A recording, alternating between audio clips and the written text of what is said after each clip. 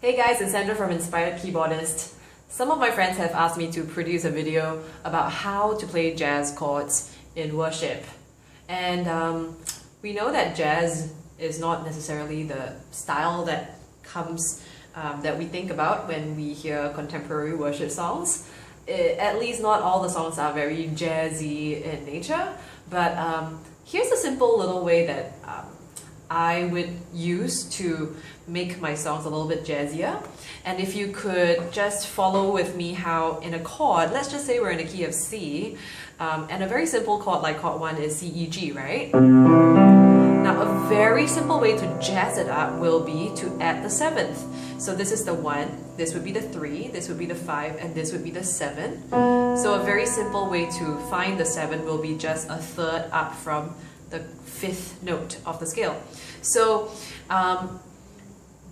basically jazz chords are 7th chords, and 7th chords are like the simplest of jazz chords actually. To be very honest, you could even have a 9th, an 11th, and a 13th, and of course the 13th would be the highest you can get, because if you go one more it would be back to C, which is our good old first note of the scale degree.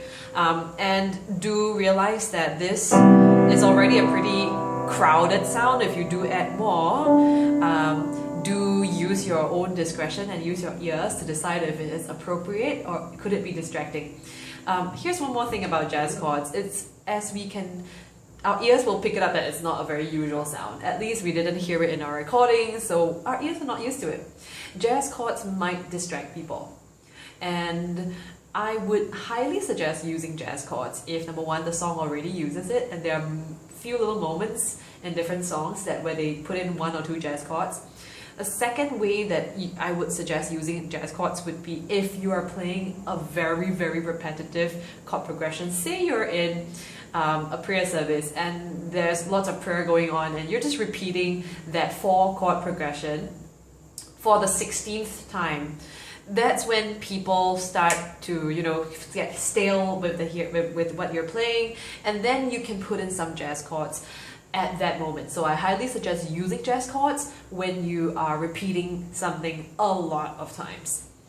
So let's have a look at how I might jazz things up. I'm actually going to be using Hillsong's Oceans. It's not a jazzy song at all. I'm going to just go straight into it's in a key of D, so let's go straight into the verse. So you can tell that the song is made up of very, very simple chords, right? It's like chord 6, and then 5B, or this would be A over C sharp, and then chord 1, right? So 6, 5, first inversion, and then chord 1. So let's take a look at the very first chord, which is a very simple chord 6. If I were to add a 7th note over it, it would sound like this. Now here's something about jazz chords. You don't want to put them in this voicing because it sounds so crowded all within this zone, and the whole effect of it is you call me out. Doesn't sound very nice. So what I'll suggest is you rearrange the notes such that some of these notes go up. I'll take the D away and put the D up here. So this sounds a whole lot better than the first one. So you call me out. Ask your ears, do you think it sounds good? My ears tell me it sounds pretty okay. Now here's the next chord, which is kind of like chord 5, right? Upon the waters. I know it's actually chord A over C sharp, but I'm going to play A first.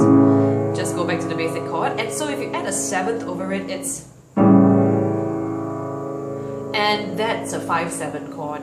Ask yourself, do you think it sounds good? If I were to reshape it, change the voicing, put the C sharp up here, it's going to go like this. And do the same for the next part, which is you call me out upon the waters. Chord 1. Add a 7th to that, and that would be upon the waters. Once again, I'm going to change the voicing, so put the F sharp up here. So upon the waters, this does require a bit of experimentation because it's something people will not be used to. But if you would like to try something new, then go for it. So here we go, putting all three chords together, jazz version. You call me out upon the waters. Sounds pretty jazzy already, right? The thing is, your ears have to decide what works and what doesn't. My ears tell me that the second chord, which is the chord 5, does not work. I just don't like the way 5/7 sounds. Or, no matter what permutation of the chord voicings you use, it just makes me think of Mozart and Beethoven. It's just a very, very classical sound. Okay? Da, da, da, da, da, da. It's too clean and I really, really don't like it. So my ears tell me that I will therefore not use chord 5/7, and it's a very personal decision, but it's totally up to you if you want to use it. I'm not going to, so I'm going to skip chord 5/7. For this chord, I'm just going to keep to the same old chord 5. So I will play. You call me out upon. Can you see how I'm just using chord 5? I'm not using the G at all. The waters. Now that's pretty jazzy. And I'm just going to keep going on with the rest of the song, adding a 7th note to see how that jazzy note, jazzy chord sounds, but with the exception of chord 5. The great unknown, I prefer the suspended version, where feet we feel. There we go, the chord 4/7 over there. And there I find you in the mystery, and ocean sea, my faith will stand.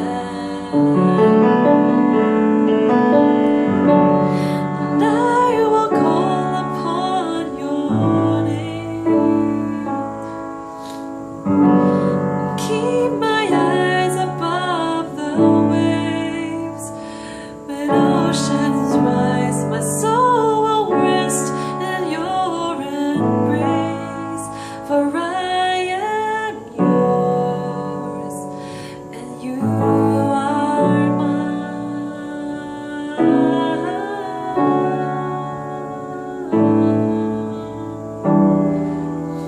And if you noticed, I made every other chord a 7th chord with the exception of chord 5. What do I think? I think it sounds pretty good.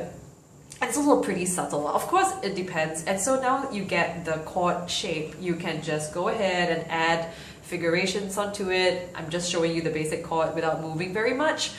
You can always make pianistic figurations onto it to make it more exciting. So yeah, that is basically the way to make a song, any Christian song, sound jazzy. Just add the 7th note. If you dare, and when you get bored, add the 9th, 11th and 13th note. Of course, I highly suggest not going beyond 9th because it gets really crowded, right? There's a lot of notes going on at one time. But once again, use your ears and make decisions about how the chord should sound, and you'll be surprised at how jazzy the song can become. So, of course, when it comes to improvisation, I don't want to put I don't want this video to get too long. So I highly suggest watching YouTube videos, and there are so many out there about how to improvise using the right hand in this zone, but do memorize the blues scale. And there's so many videos out there that do teach you. It's like in the key of C major. So if you're really gonna go hardcore into a jazzy feel, use that scale whenever you are improvising, and it will sound very bluesy and jazzy. So together with that 7th chord thing, it's gonna sound pretty good. It's gonna sound pretty jazzy. You do need to practice though, so that when you play and you jam, you're confident. So I really hope this video helped. If it did, give it a thumbs up, subscribe to the channel, share the video, and subscribe to my email list. Thanks for watching. God bless.